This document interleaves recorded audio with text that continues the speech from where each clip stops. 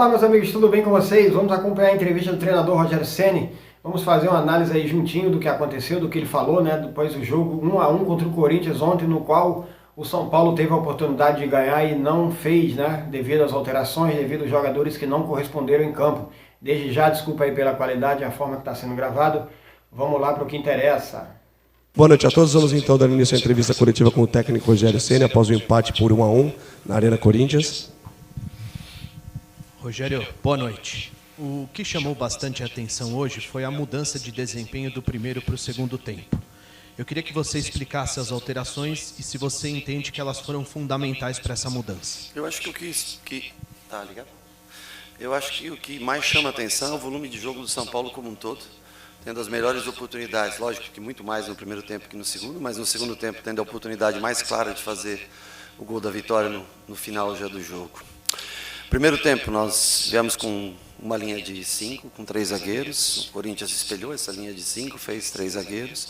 Para a gente era mais conveniente porque o Jô mais centralizado, a Arboleda ficava com ele, o William e Renato Augusto mais por dentro, lógico, o Renato flutuando bastante, ou seja, eles não tinham pontas, não jogavam com jogadores abertos, os 3 da frente jogando mais centralizado. Nossos alas batiam com os alas deles. No segundo tempo, na alteração, quando ele põe Adson, abre William, abre Adson. Na minha cabeça, a linha de 4 encaixava melhor nesse tipo de marcação, porque você já está com o teu lateral encaixado com os pontos adversários. Igor Vinícius, no primeiro tempo, qual que é o forte do Igor? Ir na linha de fundo. A maioria das jogadas dele, ele construiu por dentro. Para construir por dentro, eu acho que o Rafinha constrói melhor por dentro. Então, quando ele fez os 3 jogadores de frente, 2 abertos e mais o jogo mais centralizado, eu achei que a linha de 4 funcionaria melhor e a linha de 4 na frente balançando. Eles tiveram mais posse de bola, tiveram mais controle do jogo. Eu olhei todo o segundo tempo agora, não teve nenhuma chance real de gol. Teve o gol, que foi uma jogada, 2 bolas entre linhas que nós tomamos. E bolas cruzadas da área, que nós afastamos a maioria, tiveram mais volume, mais chances reais de gol. Se você olhar, você não encontra nenhuma chance real de gol. Então nós fizemos um primeiro tempo excepcional, poderíamos ter feito 2 ou 3 gols, essa é a realidade do jogo. No segundo tempo, devido à mudança que eles fizeram abrindo 2 jogadores, a linha de 4, na minha concepção, funcionaria melhor. Eles tiveram maior volume, a grande chance do jogo do segundo tempo foi nossa. Uma pena não ter saído vitorioso no dia de hoje, acho que o São Paulo merecia. Rogério, tudo bem? Logo depois do jogo contra o Wilstermann, obviamente que você foi bastante perguntado sobre o clássico, né? Sim. E chamou a atenção que na primeira resposta você trouxe a questão do tabu. Hoje, o São Paulo com você... Não, eu não trouxe vocês que sempre falam, eu só respondo o que vocês perguntam. Sim, mas você até falou da questão, o São Paulo nunca venceu lá, etc. E hoje tinha essa possibilidade de quebrar o tabu. Todas as vezes tem possibilidade. Toda vez que joga, tem possibilidade. Sim, e também de assumir a liderança do campeonato. Também, se ganha. Exato. E o ponto que eu quero trazer aqui é o seguinte, esse empate para você, para os jogadores, qual que é o sabor dele? Porque, em tese, quando você está na frente, fora... normalmente o ponto forte, quando você está à frente Exato, do placar, normalmente você sai frustrado. Quando você está atrás do placar e consegue empatar, principalmente num jogo fora de casa, onde só tem a torcida adversária, você sai sempre muito feliz. Então hoje a gente sai chateado, porque nós tínhamos até o minuto 35, 6, eu não sei exatamente quando foi o gol, por aí. Até o minuto 36 nós tínhamos a vitória, e no minuto 46, 47, nós tivemos a melhor oportunidade no segundo tempo de matar o jogo, de fazer o segundo gol, e poder sair feliz daqui. Então a gente não sai feliz com o resultado de 1-1. Por quê? Porque estávamos à frente do placar. Rogério, por favor, dentro daquilo que você imaginou para o segundo tempo, o Corinthians, obviamente, imagino que você esperava que ele viesse buscar o resultado, viesse para cima. O que faltou funcionar? O que não funcionou direito que pudesse proporcionar a vitória ou aproveitar melhor os contra-ataques? Enfim, o que faltou dentro daquilo que você imaginou nas suas mudanças? Não, nós não viemos para jogar de contra-ataque, mesmo porque nós não temos jogadores para jogar de contra-ataque. O Nicão era para estar aqui hoje, infelizmente o tornozelo dele inchou, ele não pôde fazer o treinamento, não pôde participar. O Rigoni também teve amidalite, estava ruim, não pôde nem... não treinou ontem, não sabia se vinha para o jogo de hoje. Então, assim, nós não podemos jogar por contra-ataque. Nós tentamos entrar com o Rafinha, que é um jogador que tem mais controle de bola. Espalhar uma linha de 4 ao invés de 5 para tentar dominar, porque eram 3 jogadores de frente. e tentar ter controle do jogo. Eu acho que o Éder faz bem essa função, junto com o Caleri na frente, na substituição do Luciano. Mas quando não dá, quando você está ganhando e faz alguma alteração e você sofre um gol, é natural que as pessoas tenham, não mexeu bem. Né? Eu vejo um jogo como um todo, o Corinthians com um pouco mais volume no segundo tempo, sem chances reais de gol. Eu vejo o São Paulo muito superior no primeiro tempo, com chances reais de gol, de poder ter definido a partida. Poderia ter deixado o mesmo sistema de jogo? Poderia. Eu ia ter que, com 3 zagueiros, meus alas iam marcar os laterais, com 2 pontas abertos, eu acho que criaria muito mais dificuldade para a gente, até os zagueiros se deslocar e chegar, do que com uma linha de 4 já postada, marcando lateral com ponta, Rafa com William e Léo, que é um jogador bem defensivamente. Botei o Patrick para fazer a parte ofensiva do lado esquerdo. Né? São essas opções que a gente tem. Talvez se tivesse jogadores um pouquinho mais de velocidade, a gente poderia ter, né? Mas nós temos jogadores mais de controle de jogo do que de puxada de contra-ataque. Nosso time não é um time que joga de contra-ataque. Rogério, boa noite. Acho que o São Paulo... Rogério Ceni é um treinador muito inteligente, ele é muito cauteloso em tudo que ele fala, e isso aí, a inteligência dele às vezes atrapalha. Ele está reclamando aí que faltou um jogador de velocidade, a gente perdeu o Toró e o Marquinhos, né, que foi vendido, já não está sendo mais relacionado. Então por que ele não trouxe ninguém da base, algum velocista, algum moleque novo aí para poder compor o elenco e assim ajudar, né? Então fica um pouco complicado, ele não quer admitir que ele mexeu errado, né, e não surtiu efeito as alterações dele. Vi a expectativa de uma boa exibição fora de casa, ainda no Campeonato Brasileiro, né, que aconteceu boa parte do jogo. Pelo que você vê e também pela pontuação do São Paulo, dá para colocar o Tricolor como um candidato ao título? Eu não posso te responder gostaria de poder te responder, mas com 7 rodadas apenas, eu acho que ela não relata a verdade sobre o campeonato. A gente não consegue fazer uma previsão, mesmo porque... Como nós pegamos um grupo na Sul-Americana que nos deu a oportunidade de jogar muitas vezes com 100% de alteração no time, nós conseguimos ter energia. Mas a gente tem que lembrar que o Sara não volta praticamente durante muito tempo, né? Nós estamos tendo esse problema com o Nicão, que da última vez ficou 10 dias parado. Então nós vamos começando nós vamos ter convocação, a Boleda fica fora, apesar que se for para jogar com 3 zagueiros tem o Miranda para fazer essa função, e faz muito bem feito. A diferença está no jogo aéreo, mas em outras coisas o Miranda também compensa. Se você quer jogar para construir, Igor e Nestor são 2 caras ótimos para isso. Um pouco arriscado, porque você fica sem um poder tanto de marcação, mas eu gosto de jogar dessa maneira.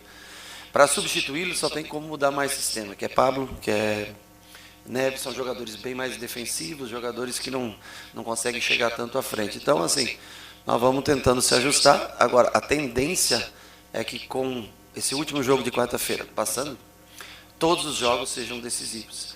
Aí você já não tem mais jogo que você, né, pode dar o benefício de entregar um ponto, de deixar passar um resultado. Isso vai criar bastante dificuldades para a gente a partir do mês de junho. Eu acredito que o mês de junho comecem realmente a ter dificuldades para a gente. A não ser que a gente consiga recuperar todo mundo, ter todo mundo à disposição, com exceção do Sara, que é um caso cirúrgico, né? É o que eu vejo. E se o time tem condições de fazer uma boa exibição hoje, é devido a tudo que foi feito até hoje, desde o Campeonato Paulista até hoje. Então, assim, eu vejo muito mais como mérito, que às vezes o treinador é o culpado porque o time... Tudo bem, então o mérito também é do treinador que fez, sabe? Então aqui, né, não tem... Os jogadores são que desenvolvem dentro de campo o jogo. A gente tenta escolher, fazer as melhores escolhas. A vitória poderia ter acontecido? Poderia. Na última vez que São Paulo veio aqui, São Paulo nunca nem esteve perto da vitória. Então eu acho que é um progresso, é uma evolução. Uma pena não termos saído com o 2-1, com 2-0, com 3-1, como eu acho que caberia perfeitamente no dia de hoje. Rogério, um pouco dessa sua resposta me remete um pouco à última coletiva, quando você fala, o treinador, quando acerta é gênio, quando erra é burro. A gente estava ali falando com o Diego Costa, né? E o Diego Costa, a gente nem questionou ele falou, estamos fechados com as ideias do Rogério Ceni, com o Rogério e com as ideias dele. E você fala agora sobre essa sequência. Tirando o jogo do Ayacucho, coisa já resolvida, uma sequência que muita gente até julga fácil. Você, diferente, julga complicada pelo todo o contexto que vive o São Paulo.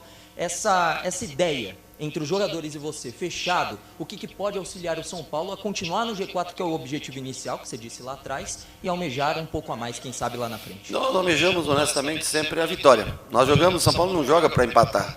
São Paulo, em todos os lugares que eu passei, nós sempre jogamos para ganhar. Sempre foi um time agressivo, ofensivo.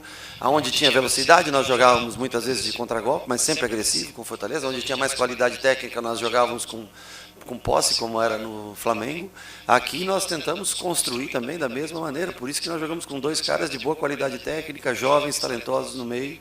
E eu acho que ganha esse esquema com 3 zagueiros, né, com Diego e Léo pelos lados, especialmente, também ganha mais uma possibilidade. A gente precisa aperfeiçoar, a gente precisa treinar, mas ganha também mais uma opção que a gente tem de jogo, além do sistema de linha de 4 que a gente faz. Ele não favorece tanto o Rafinha, esse sistema.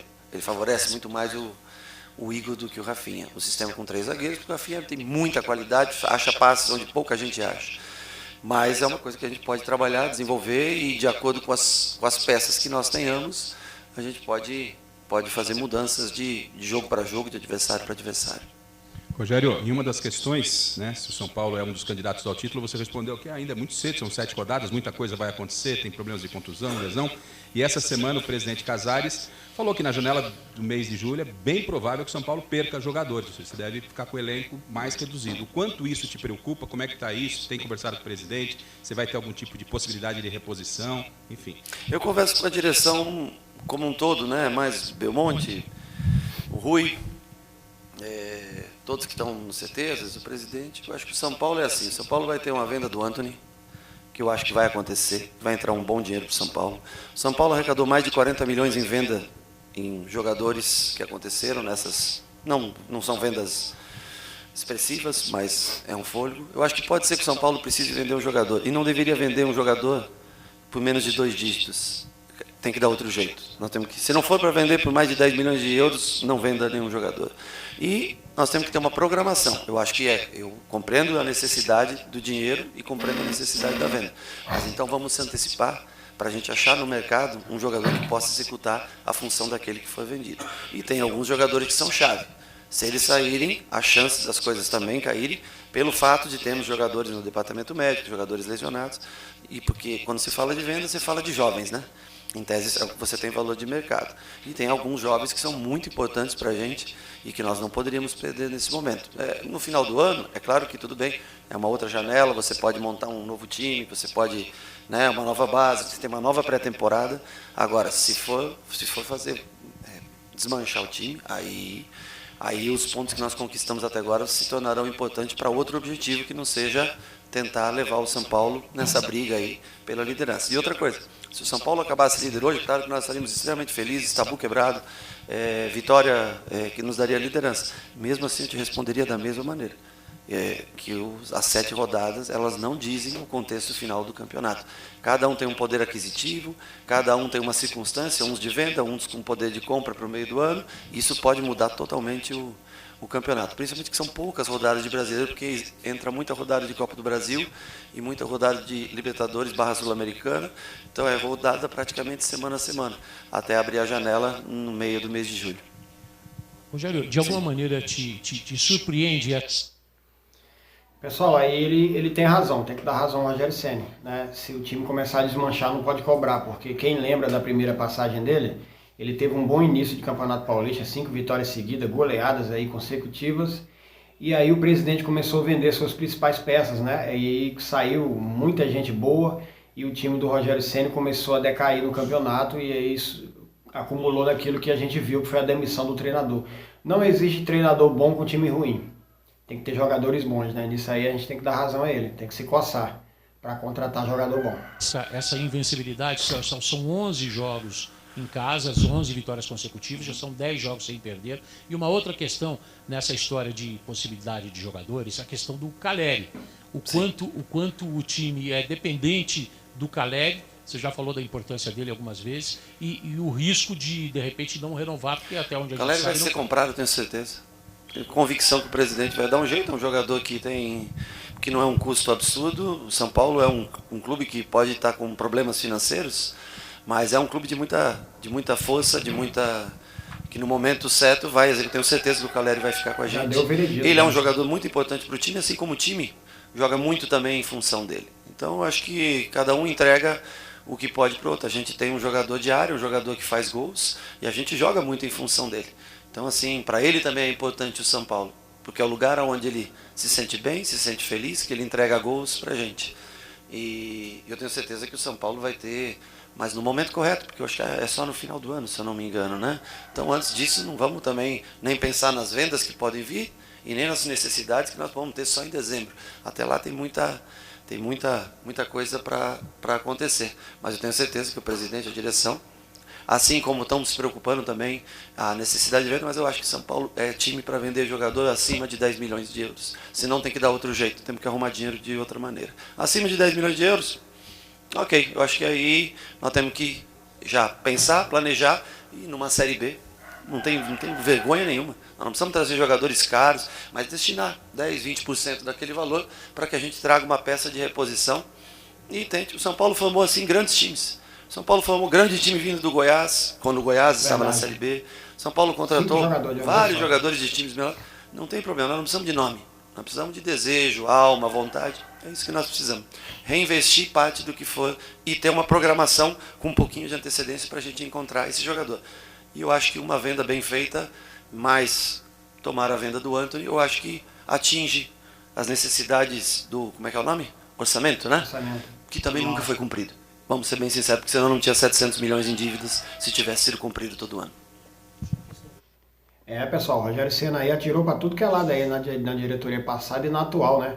Mas ele também tem razão, tá? O São Paulo lá fora, o Ajax, o Arsenal agora quer fazer uma sociedade com o São Paulo também, porque eles sabem que São Paulo é uma mãe de leite, né? São Paulo vende os jogadores baratos comparado ao preço lá fora, né? Ele compra por um valor aqui e por uma temporada o jogador lá já está valendo 3 vezes mais do que ele comprou.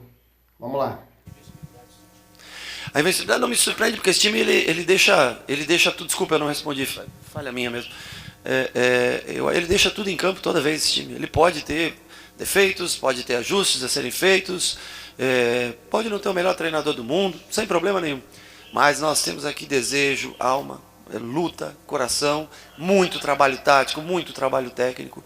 Ninguém fica invicto só com vontade também durante tanto tempo. Agora, nós estamos fazendo um planejamento que a gente pode para fazer o São Paulo estender o máximo que ele puder no ano, brigando, sempre próximo aos líderes ou tentando ser líder, que por 10 minutos, né, no dia de hoje, 9 minutos, 10 minutos, não conseguiu, pela segunda vez no campeonato, estar a liderança dele. Se vocês olhassem o time que acabou o ano passado, na situação que acabou, ninguém falaria que o São Paulo teria disputado uma final de Campeonato Paulista, apesar de uma derrota vergonhosa na final, no último jogo, não na final, mas no jogo decisivo.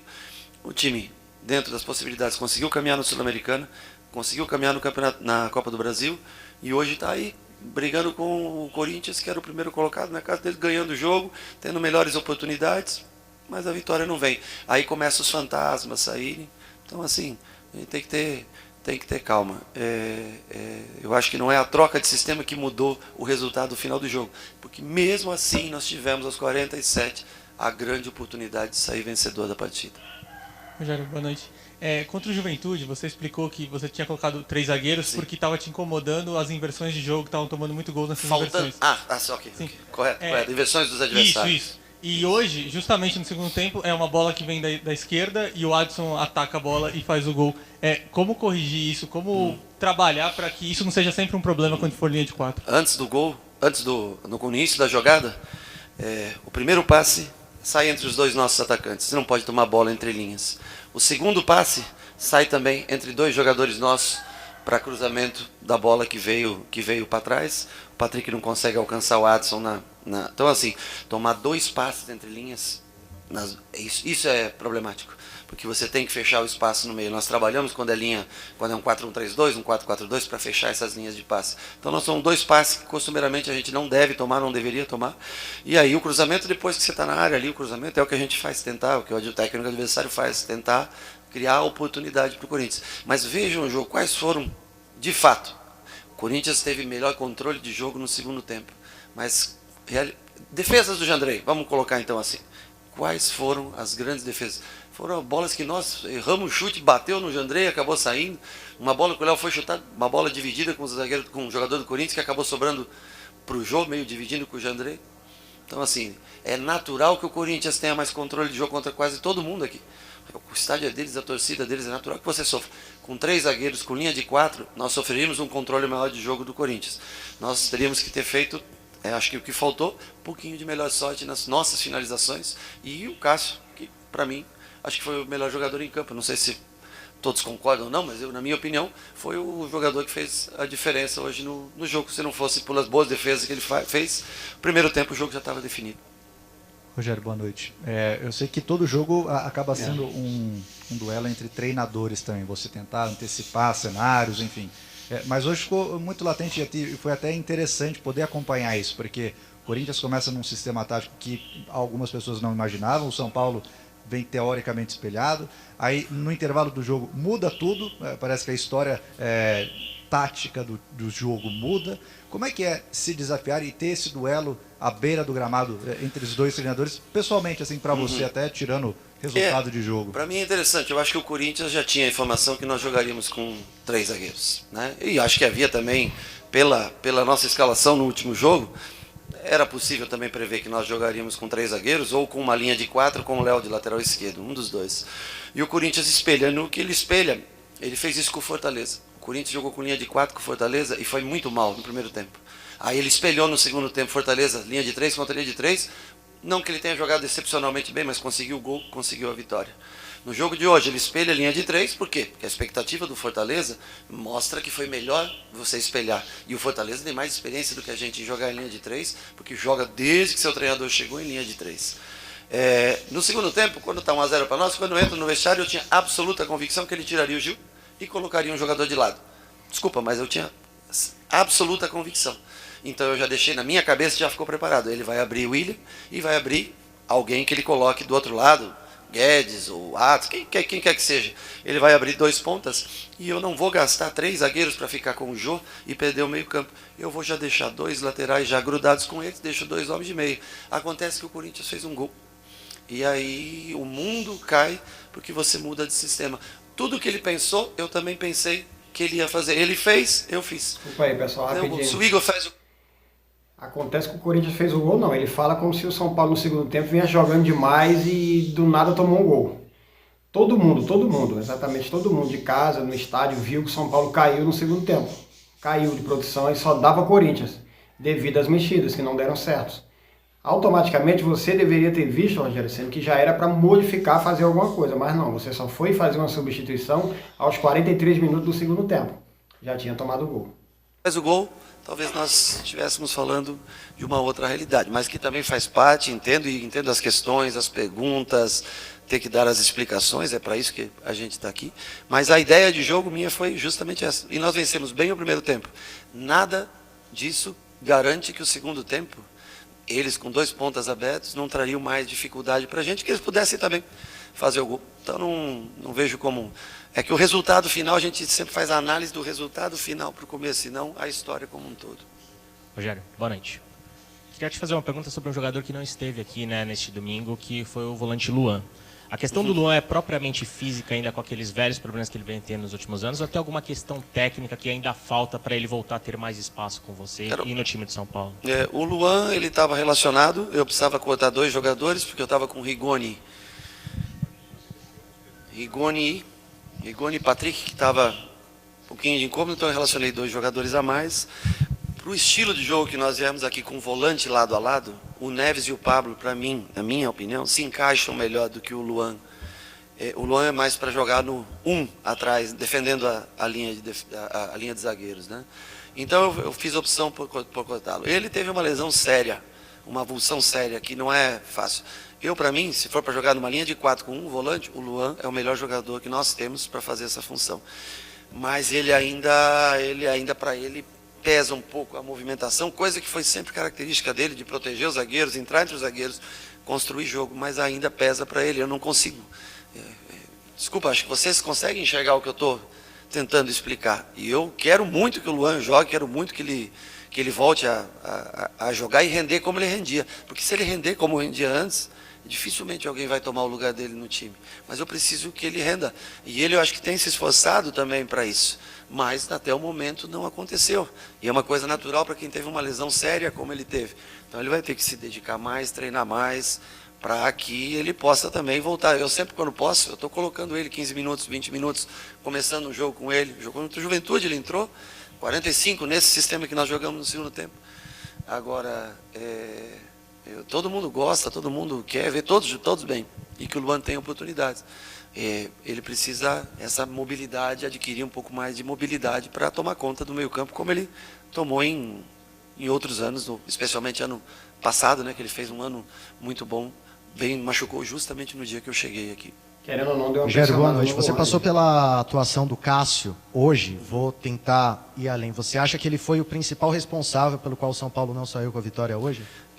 Na minha opinião, ele foi o cara mais diferente no jogo. Eu acho que ele fez defesa do Alisson, uma bola cruzada, pontinha de dedo, cabeçada do Caleri, poderia até ir um pouquinho mais baixa. Defesa do Igor, que talvez deveria ter cabeçado no contrapé dele e não no meio para cá, como ele tentou, porque ele já vem. O Cássio, eu sei como é, ele é um goleiro grande, né? Esse gramado é escorregadio, você vem no peso. Se você dá de volta o cabeceio, a chance de você fazer o gol, mas eu também. Um jogador que correu, que o Igor correu, o cara chega cansado. A Podi ontem chegou na frente do gol no Flamengo e pum, né? O cara correu o jogo inteiro aos 46. Não é fácil você ter o mesmo pensar e executar como se fosse 10 minutos de jogo, né? Então eu vejo que ele fez uma boa partida e eu acho que, desculpa, quando meu time é inferior, já fomos jogar com Juventude, passamos vergonha lá, 2-2. Meu time hoje, nosso time foi superior. Eu acho que se alguém que merecia a vitória, pelo número de chances criadas, foi o São Paulo. Viemos aqui, jogamos bem, infelizmente não saímos com a vitória e com a liderança que nós queríamos. Eu acho que o principal responsável por isso, na minha opinião, o melhor jogador hoje foi o Cássio. Ok? Desculpa. Rogério, você citou agora, até relembrou a partida contra o Juventude e continuou falando sobre a evolução que o São Paulo teve para hoje, para atuar fora de casa. E isso era uma coisa que o São Paulo era muito questionado, né? As atuações fora de casa, teve alguns momentos difíceis na temporada. Você acha que hoje foi talvez uma viradinha de chave de, poxa, respeita um pouquinho a gente está trabalhando isso, e como que foi o seu discurso também para, enfim, deixar esse time com um pouquinho mais de confiança fora de casa, principalmente porque aos poucos vão vir fases mais decisivas pela frente? Eu comecei a trabalhar esse time, na verdade, antes do jogo do Ayacucho, porque eu preparei um time para o Ayacucho, do qual eu pudesse disponibilizar de 3 zagueiros. Eu já julgo isso, mas desculpa, fiz confusão. Então eu comecei a trabalhar já na terça-feira esse time para o jogo de hoje, o sistema para a gente jogar. E eu acho que foi uma opção que nós encontramos para um jogo contra um time do nosso nível, do nosso porte, fora de casa. Eu acho que foi a melhor atuação do São Paulo fora de casa. Contra o Flamengo nós fomos mal. Contra Fortaleza nós empatamos o jogo, saímos ganhando, mas também não jogamos uma grande partida. Teve outro empate, que eu não lembro qual foi agora aqui. O Bragantino, lá em Bragança, acho que talvez foi um bom jogo que nós fizemos, tomamos, né, no começo do jogo, mas assim, foi um bom jogo que nós fizemos. E hoje, diante de um grande adversário, nós dominamos o jogo no primeiro tempo. Diminuímos a saída de jogo, tentamos minimizar o risco, porque eu sei como é que se escorrega muito nesse gramado. O Igor, no primeiro lance, já tomou um tombo. Então, assim, nós minimizamos a chance de ter erro de saída de jogo, tentando buscar a segunda bola e, a partir da segunda bola, construir o jogo, simplificar o jogo. E tivemos ótimas oportunidades. Tivemos que, sei lá, no primeiro tempo, uns 8 escanteios, no mínimo, tivemos no primeiro tempo. É que eles fizeram um time muito alto hoje também, né? 3 zagueiros, mais Jô, já são 4 caras grandes para se defender. A mesma arma que nós pensamos, eles também usaram para se defender. E por isso talvez nós não conseguimos fazer o segundo gol que nos desse mais tranquilidade para o segundo tempo. Encerramos então com o técnico Rogério. É isso aí, gente. Entrevista aí do treinador. Ele deu toda a explicação, né? Dá para ver que realmente é um cara que entende muito, mas realmente São Paulo está melhor com ele. Só que tem que entender que ele tem umas teimosias que não dá para, né, a gente aceitar. Não entrou o André Anderson, né, que dava para ter encaixado ali no time, para ter melhorado, né? Ele botou uma pressão aí na diretoria do passado e do presente, né? E querendo ou não, deu uma pressionada no Luan. Mas é isso aí, serve como aprendizado, né? Ele com essas ideias e ideais dele que tem na mente aí de prever o que vai acontecer também, em alguns momentos dá certo e outros não, né? O jogo de ontem não deu certo. E vamos lá, próximo compromisso do São Paulo aí fica na quarta-feira, né? Contra o Ayacucho. E sábado contra o Ceará. né? Todos no Morumbi. Então tá bom, gente. Ótima semana para todos aí, que o Papai do Céu abençoe vocês, tá? Eu vou ficando por aqui. Até a próxima. Tchau.